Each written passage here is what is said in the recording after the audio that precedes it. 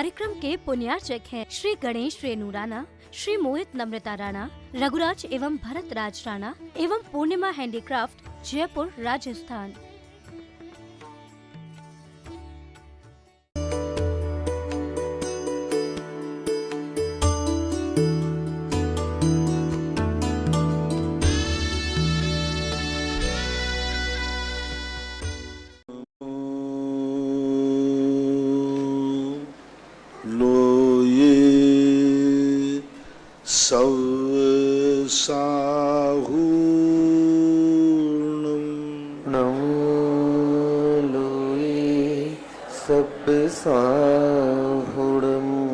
पंच परमेष्टि भगवान की जय। आचार्य श्री गुरुवर कुंद कुंद महाराज की जय।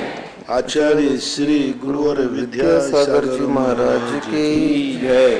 परम पूज्य मुनिवर श्री सुधा सागर जी महाराज की जय। समस्त मुनि संघ की जय। महाराज जी, ये प्रश्न एक जगह का नहीं है।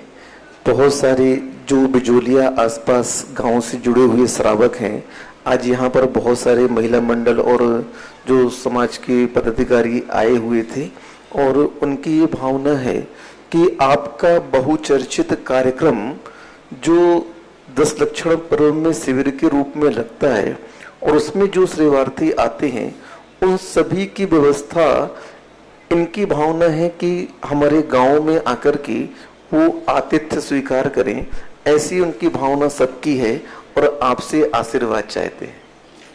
अभी इस संबंध में क्योंकि चूंकि लाइव है और आपकी ये घरों निजी व्यवस्था है, इसलिए मैं लाइव के बाद आपको इस संबंध में कुछ निर्देश दूंगा। अभी दूसरे प्रश्न जो हैं, क्योंकि आप लोगों की व्यवस्था है, सारी दुनिया का समय डिस्टर्ब ना हो, अभी बाद में देंगे, लाइव के बाद देंगे इस समय। संजीव जैन, शिक्षक, सांगानेर, श्रमण संस्कृत संस्थान। गुरुवर नमोस्तु। महाराज जी, इनकी जिज्ञासा है, जो अष्टकुमारियां होती हैं वे बाल ब्रह्मचारिणी होती हैं या उनके कोई नियोगी देव रहते हैं?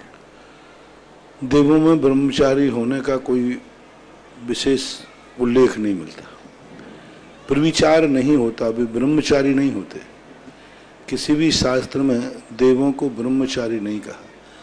ब्रह्मचारी उसे कहते हैं जिसकी भोग विलासता की शक्ति है, भोग विलासता की सामग्री है, उसके बावजूद भी वो संयम धारण कर लेता है, उसको ब्रह्मचारी बोलते हैं। देवों में जो है वो वहाँ की योग्यता है, उनमें असंयम करने का, प्रविचार करने का माहौल ही नहीं है, योग्यता ही नहीं है, शक्ति का भाव उनका ऐसा ही है। जैसे पूज्यवर उमा स्वामी महाराज ने प्रविचार की चर्चा की, तो नीचे के देव काय प्रविचार करते हैं, ऊपर के देव रूप से करते, वो काय से कर ही नहीं सकते। ऐसा नहीं कि वो कर, मन से प्रविचार उनका होता ही नहीं है। हाँ, स्पर्श से है, कोई का मन का है, कोई शब्द से है, कोई रूप से है। तो जिसका जहाँ है वो उसी से ही कर सकेगा, अन्य से करने की अयोग्यता है। और जहाँ पर प्रविचार का निषेध है वहाँ प्रविचार वो कर ही नहीं सकते। जैसे लोकांतिक देव, 16वें स्वर्ग से ऊपर के देव, इनके ब्रह्मचारी नहीं है, ये प्रविचार कर ही नहीं सकते, उनका वातावरण ही ऐसा है। इसी प्रकार देवियों में आज तक कहीं भी किसी भी शास्त्र में प्रविचार से रहित देवियां होती हैं, ऐसा कोई उल्लेख नहीं मिला। देवों का तो मिला है, लोकांतिक देव, सर्वार्थ सिद्धि आदि अनुदेश ग्रैविक के देव, लेकिन देवियां कहीं भी प्रविचार से रहित होती हैं, ऐसा कोई उल्लेख जैन शास्त्रों में नहीं है। इसलिए इनको कुमारियां कहते हैं। कुमारी का अर्थ है कुमारी नहीं है, कुमारी का अर्थ है इनकी सदा उम्र जो उनकी है वो किशोर अवस्था की जैसे युवती होती है, सदा उसी रूप होते हैं। इनकी हरकतें भी कुमारी बच्चियों के समान होते हैं, इनके खेल कूद भी कुमारी बच्चियों के समान होते हैं। इनके आचार विचार, पूज्यवर अकलंक स्वामी महाराज ने और सर्वार्थ सिद्धिकार ने भी जैसे देवों को कुमार कहा, उनमें भी कुमार होते हैं। हाँ, भवनवासियों में तो कुमारों को उनको कुमार क्यों कहते हैं? इनकी चेष्टाएं कुमारों जैसी होती हैं, यानी जवान किशोर बच्चों जैसी होती हैं। तो इसी प्रकार देवियां मानना देवियां कुंवारी रहती हैं या प्रविचार से रहित रहती हैं, ऐसा जैनागम में मैंने कहीं पढ़ा नहीं। इसलिए इनको देवों से या विवाह से रहित कहना अभी कोई आगम का उल्लेख नहीं है।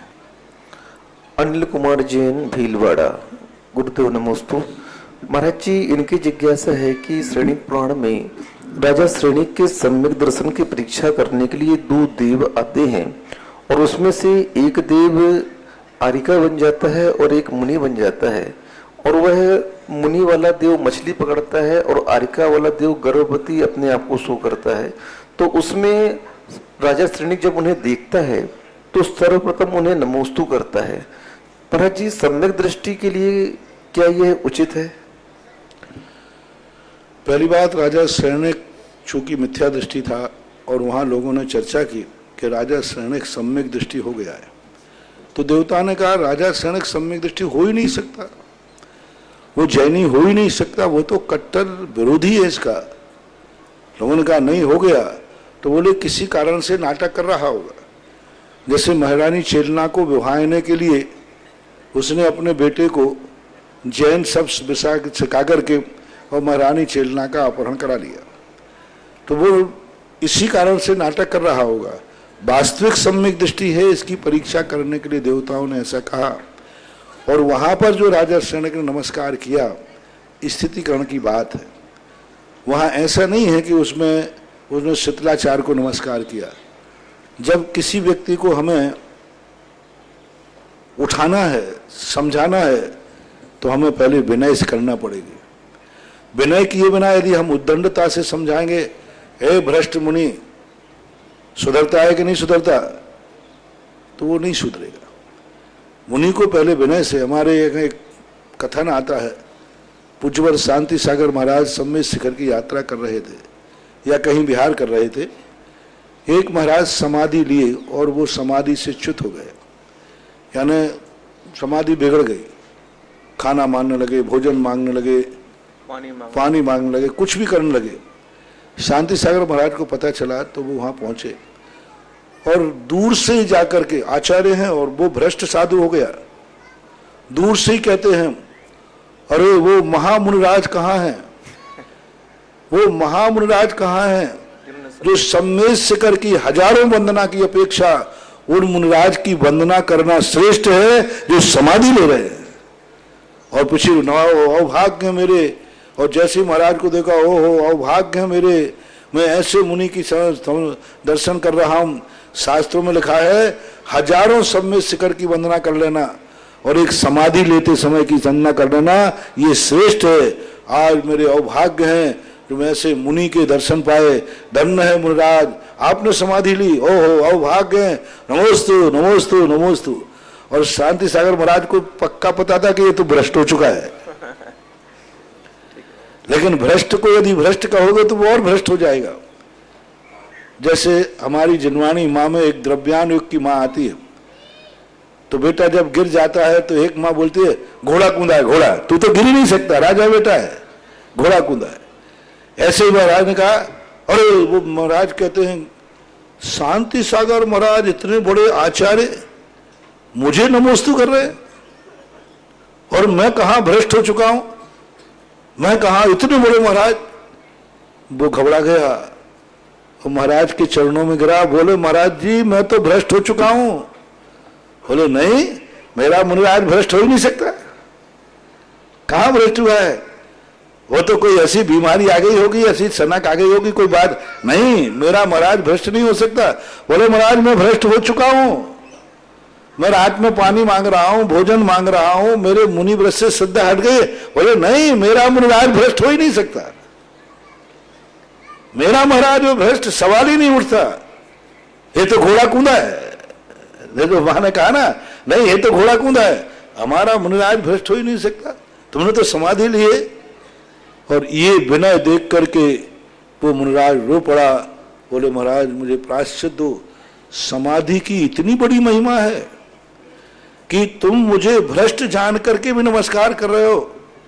हाँ, भ्रष्ट कहाँ हुए, समाधि के विधि में डॉक्टर को यदि कोई सन्निपात का मरीज 2-4 लाते मारे जम के, तो डॉक्टर उस मरीज को अस्पताल से निकाल देगा कि दवाई करेगा? दवाई करेगा। लात भी मार दी उसने तो डॉक्टर उसको निकाल यहां से बाहर, लात मारता है? नहीं, डॉक्टर को सिखाया जाता है यदि वो लात नहीं मारता तो तुम्हें पूछता कौन? तो डॉक्टर अपने ऐसे पहुंच करके और क्या करता है, उसकी दवाई करता है। माँ बेटे को दूध पिलाती है, बेटा लातें मार देता है, माँ नाराज नहीं होती। ऐसा ही प्रसंग वहां है स्थितिकरण का। स्थितिकरण में वो जान रहे हैं कि मुनि मुद्रा है और ये मछली पकड़ रहा है और आरिका के साथ रह रहा है। उन्होंने इसको सुधारना है तो कैसे सुधारे? दंड के द्वारा नहीं सुधार सकते। दंड से तो और क्या, जेल में डाल दूंगा, दंड दूंगा तो फांसी लगा दूंगा, कल्याण नहीं होगा। विनय के साथ उसको सुधारा, नमस्कार करके फिर उसको संबोधन दिया, उसको मार्ग पर लाया। उसने प्रायश्चित किया कि महाराज मुझे इस प्रकार की गलती हो गई और ऐसे नहीं होना चाहिए। फिर देवताओं ने कहा नहीं, जो व्यक्ति पतित को में भी मुनिवृत्त का सम्मान करता है वह सम्यक दृष्टि है। लेकिन वो सूत्र आज मत लगाना। लोग हमारे संघ के लिए आरोप लगाते हैं, अरे महाराज शीतलाचारी है तो क्या हुआ? कई लोग श्रावक कहते हैं हम शीतलाचारी हैं, हमारे साधु शीतलाचारी हैं, आप लोग तो नमस्कार करो। देखो राजा शनक नमस्कार कर रहा है। वहां ये प्रसंग नहीं है। वहां नमस्कार करना जहां तुम्हारे नमस्कार करने से वह सुधर जाएगा तो नमस्कार जरूर करना, और तुम्हारे नमस्कार से वो और बिगड़ जाएगा। अब तो क्या सब नमस्कार तो कर ही रहे हैं, सब चौका लगा ही रहे हैं, सब नवदा भक्ति कर ही रहे हैं। हमारे लिए तो हजारों लोग खड़े हैं, कोई फर्क नहीं पड़ता कितनी भ्रष्ट हो जाओ, कितना भी शिथिल हो जाओ, हमारे शिष्टाचार खत्म नहीं करूंगा, क्योंकि सब काम चल रहा है। नमोस्तु भी हो रहा है, आहार भी हो रहा है, लोग चारों तरफ से बैठे हुए हैं। तो ऐसा मुनि जिससे तुम्हारी विनय आदि करने से उसका शीतलाचार और बढ़ेगा और वो शीतलाचार छोड़ने को तैयार नहीं है, तो ऐसे मुनि की वंदना तो क्या, उसको मुनि कहना भी अपराध है। यदि सुधरता है हमारे नमोस्तु से, एक बार नमोस्तु करेंगे, उसके बावजूद वो नहीं सुधरेगा तो फिर राजा सन उठा के जेल में डाल देता, कपड़े भी पहना देता। ऐसे भी तो शास्त्रों में कथन है, जो नहीं सुधरे उनको दुर्गति भी हुई है। इसलिए एक बार फर्स्ट एंड फर्स्ट जब हमारे नगर में, हमारे संघों में कोई नया अपरिचित साधु आता है तो प्रथम उसकी वंदना करते हैं। लेकिन 2-3 दिन के बाद जब देख लेते हैं कि ये चीचर्या ठीक नहीं है तो फिर उसकी वंदना नहीं करते। इसलिए वो प्रथम नमस्कार स्थितिकरण करने का यही तरीका है। वहां आज के शीतलाचारी साधु और शीतलाचारी साधुओं के जो भक्त हैं ये भी कान खोल के सुने। राजा शनक का प्रसंग ये था कि उन्होंने उस मुनि आरिका को सुधारा है और वो सुधरे हैं, और बाद में उन्होंने कहा कि नहीं आपकी परीक्षा कर ली।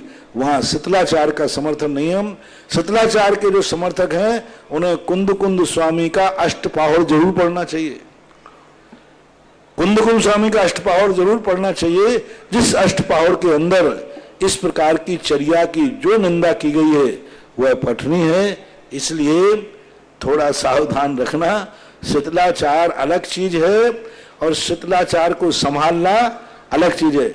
मरीज यदि डॉक्टर को लात मारे तो क्षम्य है, लेकिन स्वस्थ व्यक्ति लात मारे तो जल्दी बोलो ना सन्नी बात है, अपराध है। आपको अज्ञान। उन्होंने कहा राजा साहब मैं तो कुछ जानते ही नहीं हूं, मुझे तो कुछ पता ही नहीं कि मुनि की चर्या क्या होती है, आप बताइए मुनि की चर्या क्या होती है। मैंने तो ऐसे ही सुना है कि मुनि बनने में, दिगंबर बनने में कल्याण हो जाता है। पीछे कमंडल ले लो और मुनि नग्न हो जाओ तो इसमें कल्याण हो जाता है। इससे ज्यादा मैं कुछ नहीं जानता। मुझे तो इतना मालूम है कि आरिका एक सफेद साड़ी पहन ले वे और आरिका बन जाए तो कल्याण हो जाता है। इससे ज्यादा राजन मैं कुछ नहीं जानता हूं, आप बताओ कैसी चर्या है। तब राजा शनक उनको मुनि चर्या का उपदेश देता है और वे कहते हैं अच्छा आज मुझे पता चला कि मुनि चर्या ये है, अब मैं ऐसी गलती नहीं करूंगा। तो क्या आज के शीतलाचारी मुनि ये मानने को तैयार हैं कि मेरी गलती है? आप बताइए सही क्या है, सही क्या बताइए। और सही बताने के बाद फिर वो कहे अच्छा आज तक मैं गलत था, अब मैं आज से यह सही चर्या पालन करूंगा। तो कोई बात नहीं, वंदना करो, प्रसंग देखा करो, उसको शीतलाचार्य के समर्थन में मत लेना। राजा सैनक एक छायक सम्यक दृष्टि जीव था और वो देवों के द्वारा परीक्षा ली गई थी। मिल्की जैन नसीराबाद, गुरुवर नमोस्तु। महाराज जी, इसी से संबंधित इनका प्रश्न है कि पहले तो पता नहीं था कि श्रमण शीतलाचारी हैं और उनके माध्यम से पंच कल्याणकों में जो प्रतिमा मंदिर जी आदि बनवाए गए, अब हमें पता चल गया कि वो शीतलाचारी हैं, भ्रष्ट हैं अपने पद से, तो उस जिनालियों की वंदना हम कैसे करें फिर? तुम ये उपद्रव के प्रश्न में मुझे क्यों फंसाते हो? महाराज जी शंका समाधान आपका होता है महाराज जी, इसलिए आपसे ही पूछेंगे। अब मेरा कुछ भी बोलना अभी हाल तात्कालिक ऐसे प्रसंग हो जाते हैं, स्थितियां बनती हैं। खैर कोई बात नहीं, घबरा मत। वह प्रसंग तुमने जिस समय कराया था खोटा माना था कि चोखा? उस समय तो चोखा माना था। तो फिर आप विकल्प मत करो, अब वो खोटा हो गया, उस समय तो चोखा ही था, ऐसा बात मान सकते हो। अब उस समय भी खोटा की बात हो जिस समय तुमने पंचकल्याण किया, और अब पता चला हो कि उस समय भी ये खोटा ही था, तो ज्यादा कोई अच्छे महाराज आए तो उनसे पुनः प्रतिष्ठा करा लेना। और क्या करूं बताओ, क्या बोलूं क्या बोलूं बताओ, आप बताओ क्या बोलूं मैं? पहली बात तो है कि जिस समय आपने कराया उस समय प्रशस्ति को अलग करा सकते हैं। यदि वो उस समय चोखा था तो फिर कोई बात नहीं। इस समय सूर्य मंदिर चोखा था ना, चोखा था, बाद में खोटा हो गया तो विकल्प मत करो। तुमने तो चोखे से कराया ना, लेकिन अब तुम्हें पता चला उन्हें जिस समय किया था उस समय भी खोटा था, मुझे पता नहीं था, तो फिर पुनः प्रतिष्ठा करा लो। अब आगे की बात में माइक से मत करवाओ, जहां हुआ हो व्यक्तिगत समझ लेना। कुछ बातें माइक से बोलने में आग लगती है और अकेले में पूछ लोगे तो दीपक जलते हैं, समाधान हो जाता है। कुछ बातें क्या होती है, यहां से बोलो तो आग लग जाएगी और अलग से पूछोगे तो दीपक जल जाएगा। दीपक जलेगा तो प्रकाश है और आग लगेगी तो भस्म हो जाता है। इसलिए कुछ ऐसी शंका तुम्हें आ रही हो, ऐसे कोई प्रसंग आ रहे हो, तो अच्छे लोग जो हों, समझदार लोग हों, जो पावरफुल हों, जो करने में कुछ शक्ति रखते हों, वे अलग से आकर के पूछ लें, तो तुम्हारे मंदिर में, तुम्हारे घर में, तुम्हारी जिंदगी में दीपक जल जाएंगे। यहाँ पूछ के आग मत लगाओ, क्योंकि इसमें अच्छे और बुरे लोग सभी सुनते हैं। ऐसा अमित जैन दिल्ली, गुरुवर नमोस्तु। महाराज जी ये पूछ रहे हैं कि मंदिर के धोती दुपट्टे पहनने में और घर के ले जाने में क्या अंतर है? बहुत अंतर है, मैं बहुत बार कह चुका। पूरे वास्तु शास्त्रों में कहीं भी मंदिर के अंदर धोती दुपट्टा धोना और सुखाना कहीं नहीं मिला। चक्रवर्ती आदि के लिए भी यही देखा गया कि वो अपने घर से धोती दुपट्टा शुद्ध पहनकर मंदिर पैदल जाता था, पैदल जाकर के भगवान के लिए वंदना करता था। इसलिए घर के धोती दुपट्टा होना बहुत जरूरी है। मंदिर के धोती दुपट्टा पहन रहे हो, पहली बात तो पहनना नहीं चाहिए। मंदिर तुम्हें शुद्ध धोती दुपट्टा देता है और मंदिर को तुम अशुद्ध लौटाते हो, और तुम्हारा मल, तुम्हारा मैल मंदिर में धुलता है, मंदिर के पानी से धुलता है, मंदिर का माली धोता है, वो सब खर्च किसमें डलता है? मंदिर के खाते डलता है। तो ऐसी गलती नहीं करना। हो सके तो मंदिर के धोती दुपट्टा तुम धो देना, मंदिर से अपने धोती दुपट्टा मत धुलवाना, एक बार। दूसरी बात है कि मैला कपड़ा और फटा कपड़ा पहनकर कभी अभिषेक नहीं करना, ये दरिद्रता का लक्षण है। दूसरे का उतरा हुआ कपड़ा पहन करके कभी अभिषेक नहीं, पूजन नहीं, आहार नहीं। सावधानी से सुनना। दूसरे का पहना हुए कपड़े से कभी भी मांगलिक कार्य नहीं किए जाते, कभी भी नहीं किए जाते। जो भी तुम्हारे गृहस्थों के मांगलिक कार्य हों वो भी नहीं। शादी विवाह में दूसरे के उतरे कपड़े मत पहनना, चाहे भली कमजोर कपड़ा पहन लेना, किराए के कपड़े नहीं पहनना कभी भी, क्योंकि आप मांगलिक कार्य कर रहे हो। इसी प्रकार आहार पूजन में दूसरे ने पहन लिया कपड़ा, उसका उतरा हुआ कपड़ा नहीं पहनना। घर में आप लोग सगे भाई का अंडरवियर नहीं पहनते हो, मैं नहीं पहनूंगा, दूसरा भाई है, और यहां वो धोती किस किस ने पहनी है पता नहीं। और यदि किसी को खुजली और है तो हाँ, और ये निश्चित है कि नहाने के बाद जो जितने कपड़े पहनते हैं ना, उनको खुजली जरूर चलती है, उसी धोती से खुजला लेते हैं। हाँ, और पूछ लेना आप जिनको खुजली चलती हो तो पसीना ही पहुंच लेते हैं, पसीना भी पहुंच लेते हैं। और माली उनको कैसे धोता है? निचोड़ देता है बस। बोलो, पानी में डाला यूं कर दिया, तो वैसे ही वो अशुद्ध हैं। आप मंदिर के कपड़े धो के देख लो, सोडा साबुन ऐसा कीट निकलेगा। तो यदि मंदिर में जो कपड़ा आपने पहना है उसमें किंचित भी मैल है तो वो दरिद्रता का निमंत्रण है। फटा हुआ कपड़ा है, दरिद्रता का निमंत्रण है। उतरा हुआ दूसरे ने पहना है, भली वो धो दिया है। सेकंड हैंड कपड़े गरीब पहनते, अमीर नहीं। जो सेकंड हैंड कपड़े बिकते हैं उनको कौन खरीदता है? गरीब लोग। गरीब लोग। वो भी तो मंदिर में दूसरे का उतरा हुआ पहनना स्पष्ट बता रहा है कि तुम्हारे में गरीबी है। कभी मंदिर के दूसरे के उतरे हुए नहीं पहनना, एक व्यवस्था। दूसरी व्यवस्था आपने प्रश्न की यही है, तो मंदिर में यदि आपको कपड़ा रखना ही है, आपको किसी व्यवस्था के कारण से, तो मंदिर में कम से कम 2 जोड़ी कपड़े, 2 धोती 2 दुपट्टा साल भर में भेंट करो। और दोनों के धुलवाई कम से कम कितने रुपया मांग लें? यदि धोबी को दोगे तो कितना लगेगा? 500 रुपए महीने। 10 रुपया तो मान ले, 500 रुपए महीने। हाँ, 10 रुपया लगेगा तो 300 रुपया हुए महीने के। 3600 रुपया मंदिर में रसीद कटाओ, दान की नहीं, धोती दुपट्टा धुलवाई की, और वहां नहाओगे भी तो ये सब करके 3600 रुपया पहले बो दो। और प्रत्येक धोती दुपट्टा पर अपना खुद का नाम लिखो, दूसरा ना पहने, एम्ब्रॉयडरी करा लो उसकी। हाँ, नाम लिखो कि फलाने चंद का है। अब धोती दुपट्टा, आपके धोती दुपट्टा सूख रहे हैं, तो जिस हाल में धोती दुपट्टा सूख रहे हैं उस हाल का किराया कितना हुआ? क्यों ऐसे थोड़ी बात हुआ भाई? बात ठीक बात। आपके लिए वो हाल में आपने सुखाया, उतना हाल यदि आप सारे पुजारी किराए पे लोगे तो कितना लगेगा? 5000 रुपए महीने। जो भी लगेगा वो सब जोड़ो। इसलिए अच्छा है घर में अपना धोती दुपट्टा। अब घर में धोती दुपट्टा सुखाने के फायदे देखो कितने। पहला फायदा तो है भगवान के अभिषेक धोती दुपट्टा पहन जो है, किसी अन्य कार्य में नहीं लेते हम। यदि वो घर में धोती दुपट्टा सूख रहे हैं तो 24 घंटे जब तक धोती दुपट्टा घर में है, संसार का कोई भूत पलीत व्यंतर उस घर में कदम नहीं रख सकता। ऊपरी बात है, नहीं हो सकती। कोई मूठ फेंक दे, नींबू फेंक दे, मिर्ची फेंक दे, उसका कुछ भी नहीं बिगड़ सकता यदि अभिषेक का धोती दुपट्टा घर में सूख रहा हो। मैंने कई लोगों के प्रैक्टिकल कराया, आप प्रैक्टिकल कर लेना। धोती दुपट्टा, लेकिन वो धोती दुपट्टा किस काम में आया हो?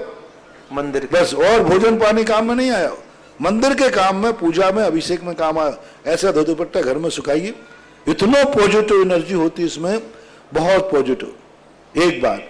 दूसरी बात, जब आप धोती दुपट्टा पहनते, और मैं तो हमेशा कहता हूं हर व्यक्ति के आपके पास 100 जोड़ी कपड़े होंगे, मुझे उससे कोई ऐतराज नहीं। हर व्यक्ति को अपने घर में एक मंदिर के अभिषेक का धोती दुपट्टा जरूर खरीद के रखना चाहिए। 8 वर्ष का बालक होते ही उसको सबसे पहले हर परिवार को एक धोती दुपट्टा बच्चे को भेंट करो, यानी उनके कपड़ों में एक मंदिर का कपड़ा होना चाहिए। और हफ्ते में एक दिन भी बच्चा पूजन करता है और उसका धोती दुपट्टा है, उस बच्चे को यदि कोई अपहरण भी करने आएगा तो उसको हाथ लगाने की हिम्मत नहीं होगी, क्योंकि उसका एक मंदिर का धोती दुपट्टा घर में सूख रहा है। इतनी ताकत होती है उसकी। तो धोती दुपट्टा आपके लिए, पहले के लोगों के, महिलाओं तक के पहले के मंदिर के कपड़े अलग होते थे। मंदिर के कार्य, मंदिर आएंगे तो वही वस्त्र पहनते थे। बहुत बड़ा लाभ है इससे। और जब आप मंदिर के कपड़े घर से पहन के चलते हैं, मनुष्य कभी सगुन नहीं होता। स्त्रियां तो कन्या सगुन है, सौभाग्यवती सगुन है, माता भी सगुन है, लेकिन मनुष्य कभी सगुन नहीं होता। मनुष्य का दर्शन कभी मांगलिक नहीं होता। पुरुष का 3 कार्यों में मांगलिक होता है। पहला, या तो वो मुनि बन जाए, तो साहू मंगलम। दूसरा, राजा बन जाए और राजा हार मुकुट पहन करके राज चिन्ह के साथ जब निकलता है तो राजा मांगलिक है। तो ना तुम राजा हो और ना तुम महाराजा हो। अब मात्र एक बात रही, जिस समय आप घर से धोती दुपट्टा पहनकर अष्टद्रव हाथ में लेकर जा रहे हो तब तुम मांगलिक हो। जितने लोग रास्ते में तुम्हारा दर्शन करेंगे उनकी फतेह है।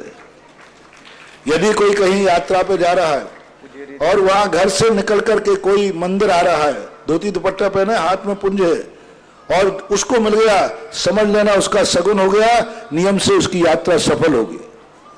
तो रास्ते में तुम धोती दुपट्टा पहन के आओगे तो कितनों का मंगल करोगे, कितनों का मांगलिक होगा।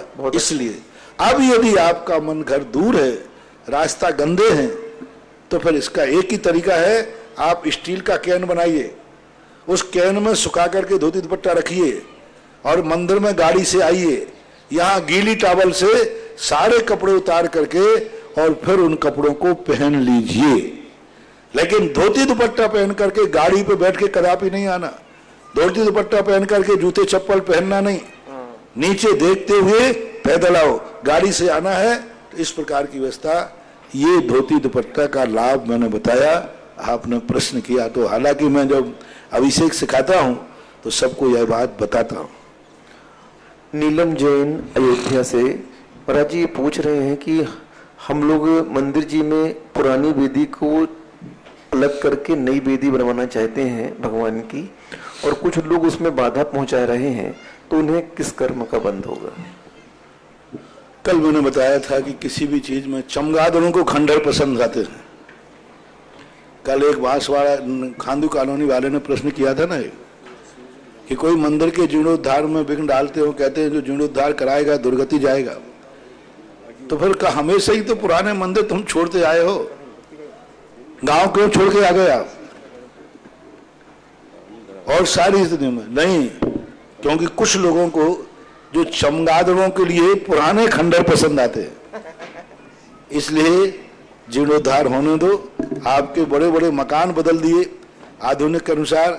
मंदिर कोई पुरातत्व के लिए नहीं बनाए जाते हैं, मंदिर भगवान की पूजा भक्ति के लिए बनाए जाते हैं। और जब समाज बढ़ गई है और समाज को आधुनिकता बढ़ रही है तो मंदिरों को भी परिवेश बदलना चाहिए। बहुत पुण्य के काम है। और जो मंदिरों का परिवर्तन नहीं करता, अब देखो आपकी हवेलियां 10-10 मंजिल बन रही हैं और मंदिर अभी छोटा ही सा है। अरे गांव का सबसे ऊंचा मंदिर होना चाहिए हवेलियों से। या तो हवेली नीची करो या मंदिर को ऊंचा करो, दो में से कोई एक करो।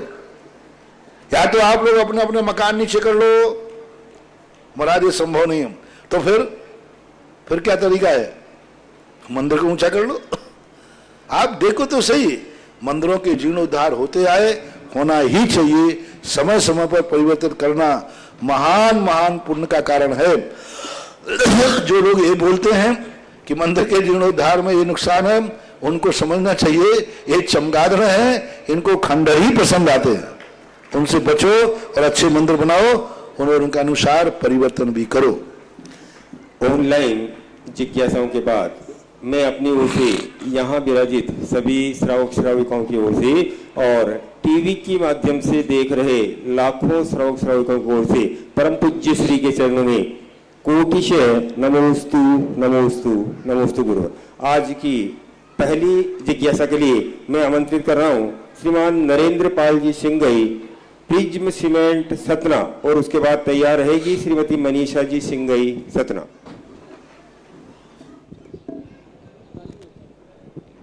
आचार्य श्रीमणि विद्यासागर महाराज जी के परम प्रभावक शिष्य मुनि पुंगव सुधासागर महाराज जी की जय। हमारा प्रश्न ये है महाराज जी कि दान और त्याग में क्या अंतर है और क्या श्रेष्ठ है? दान तो हम लोग कर लेते हैं अपनी शक्ति से, पर जैसे सर्विस करते हैं तो त्याग उतना नहीं हो पाता है, तो थोड़ा आपका मार्गदर्शन चाहिए था। दान में और त्याग में बहुत अंतर है। त्याग में वस्तु को छोड़ दिया जाता है, उसका कोई उपयोग होगा ये ध्यान नहीं दिया जाता। और दान में वस्तु ये देखा जाता है कि मेरी दी हुई वस्तु का उपयोग होना चाहिए। दान में थोड़ा मोह है कि मैंने पैसा कमाया है, ऐसे थोड़ी छोड़ दूंगा, मैंने वसीयत कमाई है तो वो किसी अच्छे व्यक्ति को, अच्छे पात्र को देना चाहता है। और त्याग में जैसे मुनिराज लोग हैं, सब अब धन दौलत छोड़ देते हैं, कौन क्या करेगा मुझे कोई मतलब नहीं। तो त्याग महान होता है। दान एक मोह का परिणाम, राग का परिणाम, उस धन के प्रति आपका राग है, इसलिए आप कहते हो कि नहीं इसका मैं उपयोग नहीं करूंगा, लेकिन कोई अच्छा उपयोग होना चाहिए। इसलिए दान पुण्यबंध का कारण होता है और त्याग मोक्ष का कारण होता है। दान परंपरा से मोक्ष का कारण है और त्याग साक्षात कारण है। यूं कहना चाहिए दान बीज के समान होता है और त्याग भस्म के समान होता है। त्याग में व्यक्ति ने उस गेहूं को भस्म कर दिया और त्याग में गेहूं को खेत में बो दिया। दोनों में साधु अपने सारे जितनी जिंदगी में पुण्य के वैभव मिलता है उसको छोड़ देता है। जीर्ण तृण सम त्यागी, कोटि 18 घोड़े छोड़े, 84 लाख हाथी, इत्यादि जग संपत्ति छोड़ी, जीर्ण तृण सम त्यागी, यानी जीर्ण तृण के समान छोड़ देता है, ये त्याग है। लेकिन दान ऐसा नहीं छोड़ता। दान अपने आप को वो जीर्ण तृण नहीं मानता, वो मूल्यवान मानता है। किसान बीज को निरर्थक मान के बोता है कि सार्थक मान के, और अच्छा बोता है। तो दानी व्यक्ति के लिए जो वस्तु दान देता है उस वस्तु का बहुत मूल्य होता है, अनमोल मानता है। और अनमोल मानता है इसलिए वो अनमोल खेत में बोता है। इसलिए दान बीज के समान है और त्याग बीज को भस्म करने के समान होता है। श्रीमती मनीषा जी सिंघई के बाद तैयार रहेंगे श्रीमान अश्विनी कुमार जी जैन, निवासी गांधी धाम। गुरुवर के चरणों में कोटिशा नमन। गुरुवर, जिज्ञासा समाधान के माध्यम से आपके श्रीमुख से जाना था कि कन्या जिस परिवार में जन्म लेती है, जिस परिवार में बढ़ती पलती और पढ़ाई लिखाई करती है, शादी के बाद उसका गोत्र परिवर्तित हो जाता है। सिर्फ यही वह कारण है जिसकी वजह से आज भी कन्या के जन्म में इतना हर्ष नहीं मनाया जाता जितना पुत्र के होने पर। गुरुवर, मेरी शंका यह है कि निश्चित रूप से इस सामाजिक जो हमारी परंपरा है इसका हमें निर्वहन करना है, लेकिन एक पुत्री का इस सामाजिक निर्वहन के साथ में क्या दायित्व हो ताकि पुत्री के जन्म में किसी भी घर में विषाद न होकर के हर्ष की स्थिति हो। पहली बात तो यही है, इसी कारण से तो स्त्री पर्याय को धार्मिक दृष्टिकोण से उच्च स्थान नहीं दिया गया, प्रशंसा नहीं की गई, क्योंकि उसके जीवन में कितना बड़ा अपराध होता है।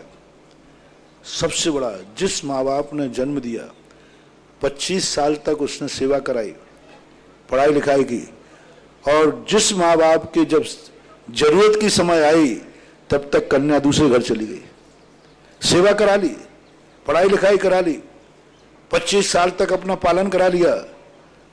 अब माता पिता की जब जरूरत आई बुढ़ापे की तब तक वो दूसरे घर चली गई। ये सबसे बड़ा अपराध नारी के जीवन में है, और सबसे बड़ा अभिशाप नारी के जीवन में ये है कि वो अपने उपकारी माँ बाप को सब सेवा कराने के, बेटा तो कहीं सेवा करे या नहीं करे वो बात की बात है, लेकिन कम से कम बेटा जिंदगी भर उसने 25 साल सेवा भी कराई है तो माँ बाप का बुढ़ापा भी निकालेगी। लेकिन ये तो गोत्र परिवर्तन, एक अब व्यवस्थाएं हैं, इसको हम नकार नहीं सकते, क्योंकि इसके अलावा कोई दूसरा रास्ता है नहीं। यदि पुरुषों का गोत्र परिवर्तन होने लग जाए तो पुरुष मरेंगे। यदि ये कर दिया जाए कि शादी के बाद लड़का लड़की के घर जाएगा और जो लड़की का गोत्र होगा उस गोत्र पुरुष को परिवर्तन करना पड़ेगा, तो समाज पुरुषों को मानना शुरू कर देगी और बेटी को पालेगी, क्योंकि उसे तो गोत्र से मतलब है। और जो जिंदगी भर हमारे पास रहेगा, हमारा गोत्र चलाएगा, उससे मतलब है। तो अब या तो ये मरे या ये मरे, कोई को तो मरना ही है।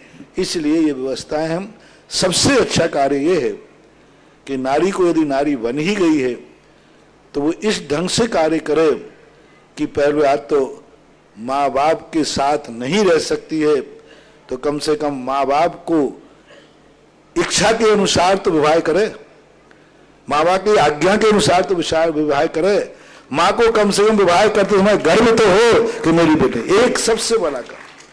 माँ बाप को रुला करके ना जावे, माँ बाप को कलंकित करके ना जावे, माँ बाप को कम से कम शर्मिंदा करके ना जावे, माँ बाप की इच्छा के विरुद्ध विवाह ना करे, इतना तो कम से कम हो जाए तो भी उसका बहुत कुछ अभिशाप कम हो जाए। दूसरी बात, जिस कुल में जावे उस कुल में कम से कम वहां के लोग ये न कह दें कि तेरी माँ ने क्या यही संस्कार दिए। बस ये सबसे बड़ा अभिशाप है। एक पाप तो है कि वो माँ बाप को छोड़ के आ गई, दूसरा पाप है कि उसने ससुराल में आकर के ससुराल वालों ने क्या कह दिया, सासू ने, क्या तेरी माँ ने यही संस्कार दिए। सारे ससुराल वाले परेशान और माँ बाप को तुम्हें नहीं कोस रहे हैं, माँ बाप को कोस रहे हैं। ये दूसरा सबसे बड़ा पाप है। तो ऐसा प्रयास करना चाहिए कि वहां कम से कम एक शब्द सुना दो, वाह। यदि सासू कह देवे वाह तुम्हारी माँ ने कैसे संस्कार दिए हैं, ऐसे संस्कार तो मैंने अपनी बिटिया को भी नहीं दिए जो इसको दिए। बस ससुराल वाले तेरे कार्यनामों के कारण तेरे माँ बाप की यदि प्रशंसा कर दें तो तुम्हारा अभिशाप कट जाएगा और अगले भव में तुम्हें अभिशाप नहीं मिलेगा। मां प्रशंसा कर दें ससुराल वाले, क्या बेटी मिली है, क्या बहू मिली है, कैसे माँ बाप ने पाला होगा, मुझे तो बहुत।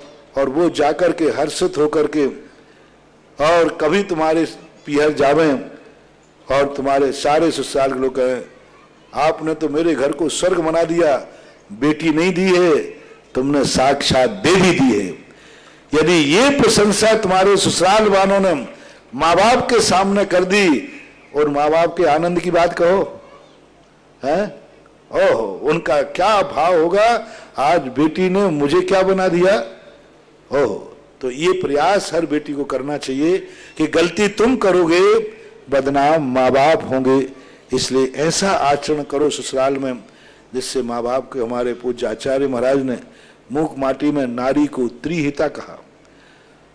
पंडित अमरचंद्र पंडित नाम माला लिखने वाले हुए हैं, कवि धनंजय कवि, उन्होंने नारी को दुहिता कहा।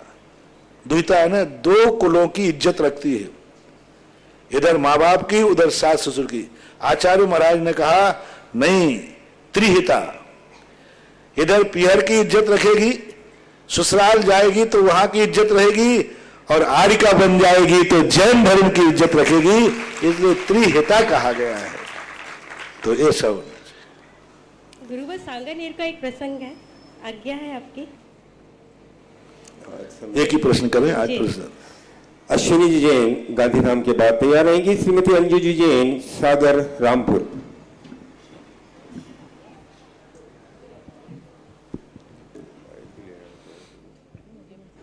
महाराज जी, मेरे और मेरे पूरे परिवार की तरफ से, पूरे गांधीधाम जैन समाज की तरफ से आपको व शशांक को नमोस्तु नमोस्तु नमोस्तु।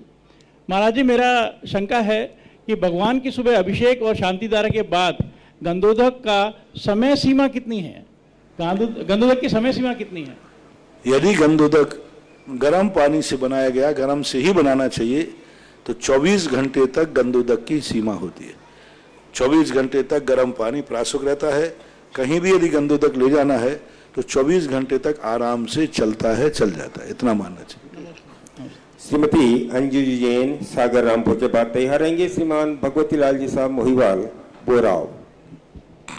मेरे परम श्रद्धेय गुरुवर के चरणों में त्रैवार नमोस्तु नमोस्तु नमोस्तु। गुरुवर जी, मेरी जिज्ञासा है कि यदि मंदिर जी में भाव खराब हो जाते हैं तो उसके लिए प्रयासित कैसे करें? तो क्यों खराब हो जाते हैं? हो जाते हैं महाराज जी। और घर में भाव अच्छे रहते हो तो नहीं घर रहते महाराज जी। हाँ, तो अब तुलना करो, घर में कितने खराब होते हैं, बाजार में कितने खराब होते हैं और मंदिर में कितने खराब होते हैं। अब इनका प्रतिशत निकालो। अब प्रतिशत निकालने में जहां कम हो वहां चले जाना। श्रीमान भगवती लाल जी मोहिवाल के बाद तैयार रहेगी श्रीमती अर्चना जी जैन गांधीधाम। पूज्य गुरुवर के चरणों में मेरे परिवार और मेरी ओर से 3 बार नमोस्तु नमोस्तु नमोस्तु। महाराज जी, मेरा प्रश्न ये है कि आजकल रोज अखबारों में आता है कि फला छात्र को कम नंबर मिलने से उसने आत्महत्या कर ली या फला लड़की ने आत्महत्या कर ली। तो महाराज जी, आज की युवा पीढ़ी एक साल में कम नंबर आने से इतनी निराश क्यों हो रही है, और उनके माता पिता इसके लिए कितना जिम्मेदार है? क्या उनका दबाव रहता है उनके ऊपर कि भाई तुम इतने नंबर लाना, नहीं तो ये होगा वो होगा? कृपया समाधान करें। भगवती जी, हमने इस संबंध में बहुत शोध किया, बहुत समझा। मैं कोटा में था तब मेरे सामने ये घटना हुई। इसमें दोषी बालक बिल्कुल भी नहीं, बच्चियां बिल्कुल भी नहीं, इसके दोषी है माँ बाप। क्योंकि माँ बाप के पास आजकल सीमित बच्चे, आपके पास तो ज्यादा होंगे। 7 बच्चे हैं बहुत सारे बच्चे होते थे। तो आज का युग जो सीमित बच्चे वाला है, एक बच्चा 2 बच्चे होते हैं, वही उनके प्राण होते हैं, वही उनकी महत्वाकांक्षा होती है। पहले बच्चे लोगों के ज्यादा होते थे, कहते नहीं पढ़ेगा, दूसरा तो नहीं पढ़ेगा, घर में तो चाहिए। आज तो एक ही सब कुछ है, पूरी महत्वाकांक्षा उसके ऊपर होती है। और माँ बाप उनसे इतनी अपेक्षाएं रखते हैं, इतनी अपेक्षाएं रखते हैं कि वो बच्चा उन अपेक्षाओं को में खरा नहीं उतर पाता। इसलिए सबसे ज्यादा तो बच्चों को आत्महत्या करने में माँ बाप मजबूर करते हैं। उसकी शक्ति नहीं, क्षमता नहीं, फिर भी उससे कहते बेटा तेरे ही भरोसे मेरी नैया है। ये जो सुन रहे हो ना मम्मी पापा हो बेटे के सामने, अरे बेटा तेरे ही भरोसे मेरी नैया है, तू ही मेरे प्राण है, तू ही मेरी जिंदगी है, तू अब जैसे मेरी तू पढ़ लिख गया तो मेरा मस्तक ऊंचा उठ जाएगा, तेरे लिए मैं जिंदा हूं। अब वो बच्चा बेचारा इतना डिप्रेशन में आता है, और मम्मी पापा की इच्छाएं कैसे पूरी करूं। मैंने एक बार और सुनाया था, आज बता देता हूं। कोटा के अंदर एक बच्चा सुसाइड करने के लिए जा रहा था। उसी समय में कोटा दादावाड़ी में था। उसके मन में एक भाव आ गया कि मैं गुरु के दर्शन करके मरूं। 1 महीना मेरी तरफ से चौका चलाया जाए, 15 दिन मेरी तरफ से चौका चलाया जाए, ये सामग्री त्यागी वृत्तियों के लिए मेरी तरफ से दी जाए, इतना जो खर्च आएगा 1 महीने का त्यागी वृत्तियों का मेरी तरफ से होना चाहिए। ये गुल्लक नहीं है, ये आहार दान की तुमने कृत कार्य से व्यवस्था कर ली। ये व्यवस्था की जा सकती है। अभी नारेली में त्यागी वृत्तियों की व्यवस्था की जब बात आई, उन्होंने कहा महाराज जी, पिछली बार था ना मैं वहां, महाराज जी यहाँ त्यागी वृत्ति आते हैं, उनके लिए व्यवस्था। तो कमेटी ने कहा महाराज जी हम क्षेत्र की तरफ से कर दें। मैंने कहा नहीं। महाराज जी हम गुल्लक रख दें। मैंने नहीं। मैंने कहा अभी हमारे भक्त जिंदा हैं, जब तक हमारे भक्त भारत में जिंदा हैं, साधु को त्यागी वृत्ति को चंदा करने की जरूरत नहीं है, गुल्लक रखने की जरूरत नहीं। मैंने आह्वान किया 12 श्रेष्ठी खड़े हो जाओ जो 1-1 महीने त्यागियों के लिए भोजन कराएंगे। 12 श्रेष्ठी खड़े हो गए और 12 श्रेष्ठियों ने वो भोजनशाला को अपने हाथ में ले ली और 1-1 महीने का भोजनशाला उठा रहे। आज पूरे त्यागी वृत्ति भोजन कर रहे हैं और उनको पता है कि ये पैसा चंदा का नहीं है, ये पैसा किसी सेठ ने त्यागी वृत्तियों के लिए निमित्त से दिया है। गुल्लक में एक सामान होता है, फिर भी यदि गुल्लक आपने रखी है तो उसको अन्न किसी के लिए नहीं दिया जा सकता। उस पर नाम रख दें, आहार दान न लिख करके भोजन दान लिख दें। और गुल्लक पे क्या रखें? हम लोग आहार किसे कहते हैं? महाराज जी जब आहार करके आते तो आप क्या कहते हो? महाराज का आहार हो गया। और तुम जब करके आते हो तो तुम्हारे को भी आहार बोलते हो? है? आप लोग अपने घर में किसी से बोलते हो भाई जी आपके आहार हो गए, आइए आहार कर लीजिए, क्या बोलते हो? हाँ। और महाराज के लिए क्या बोलते हो? हाँ। तो आप भोजन के लिए जो गुल्लक रख सकते हैं, भोजन व्यवस्था हेतु गुल्लक। आप भोजन व्यवस्था का पैसा आप लोग अपनी पंगत में भी ले सकते हैं, आप लोग अपने लिए भी ले सकते हैं, गरीबों को भी ले सकते हैं, किसी भी भोजन व्यवस्था में ले सकते हैं। इसलिए आहार शब्द मुनियों के लिए रूढ़ है, आहार दान नहीं। भोजन व्यवस्था के लिए दान ले सकते हो, उसमें कोई आपत्ति नहीं। बंधुओं, ये जो इतना लंबा अंतराल करीब 17 वर्ष के बाद हमें परम पूज्य मुनि संघ का चातुर्मास करने का सौभाग्य पूरे मेवाड़ प्रांत को मिला है और ये हमारा बहुत बड़ा सौभाग्य है। इस अमृतमय चातुर्मास में जो भी श्रावक श्राविका साधर्मी बंधु माताएं बहन मंगल कलश की स्थापना नहीं कर पाए, उनके लिए परम पूज्य महाराज श्री ने बहुत उपकार करके और एक भक्ति कलश की व्यवस्था की है और वो भक्ति कलश ऐसा है कि उसमें आपको दोनों पुण्य मिल रहे हैं, सामाजिक पुण्य भी आप प्राप्त करेंगे और धार्मिक पुण्य भी आपको मिलेगा। एक भक्ति कलश के माध्यम से आप एक दिन परम पूज्य श्री के मुखारबिंद से शांति धारा, परम पूज्य श्री का ही पाद प्रक्षालन, दीप प्रज्वलन और शास्त्र भेंट करने का पुण्यार्जन करेंगे और सामाजिक पुण्यार्जन करने का सौभाग्य आपको मिलेगा। हमारे देश विदेश से यहाँ जो महाराज श्री के भक्त हैं और यहाँ दर्शन करने आए हैं, जो कि उन लोगों को हम अपनी जिंदगी में कभी भोजन नहीं करा सकते हैं, उन लोगों को भोजन कराने का भी सुबह और शाम का आपको पुण्यार्जन होगा। तो ऐसा एक एक भक्ति कलश, मैं तो कहता हूँ प्रत्येक परिवार में इस तरह का एक भक्ति कलश स्थापना जरूर होनी चाहिए, ताकि आपका पूरा वर्ष मंगलमय और आनंद पूर्वक बीते। और ऐसे भक्ति कलश के पुण्यार्जक आज जो हमारे पास आए हैं, आज परम पूज्य गुरुदेव की आहारचर्या का सौभाग्य प्राप्त किया था। पचौरी श्री चंद्रप्रकाश जी, रमेश कुमार जी, दिलीप जी जैन, खांड कॉलोनी बांसवाड़ा वालों ने, और उनने इस सौभाग्य को प्राप्त करके एक भक्ति कलश यहाँ स्थापित करने का सौभाग्य प्राप्त किया है। तो मैं इस परिवार से निवेदन करूंगा, आए महाराज श्री के चरणों में श्रीफल भेंट करें। और इसके अलावा श्रीमान रूपचंद जी, प्रदीप कुमार जी गोधा बिजोनिया, उम्मेद मल जी, त्रिलोकचंद जी, पंकज कुमार जी हरसोरा बिजोनिया, महावीर कुमार जी, इंदिरा देवी जी, राजेश जी, कुसुम जी, अखिलेश जी, गरिमा जी, गणेश जी, रक्षिता जी, भाविका जी बगड़ा बिजोनिया निवासी कोटा प्रवासी, श्रीमान तेजमल जी, प्रकाश चंद जी, लाभचंद जी, लेंद्र कुमार जी, साकोनिया परिवार छोटी बिजोनिया, राकेश कुमार जी, राजेश जी, चिंसू जी, ठोला परिवार लांबाको, और श्रीमान मांगीलाल जी, ऋषभ कुमार जी, राजेश जी, किंसू जी, साकोनिया परिवार धनगांव वाले, ऋषभ नमकीन सिंगोली, और श्रीमान प्रमोद कुमार जी, प्रेमचंद जी बाकलीवाल छाबड़िया वाले केकड़ी। कार्यक्रम के पुण्यार्चक थे श्री गणेश रेणु राणा, श्री मोहित नम्रता राणा, रघुराज एवं भरत राज राणा एवं पूर्णिमा हैंडीक्राफ्ट, जयपुर, राजस्थान।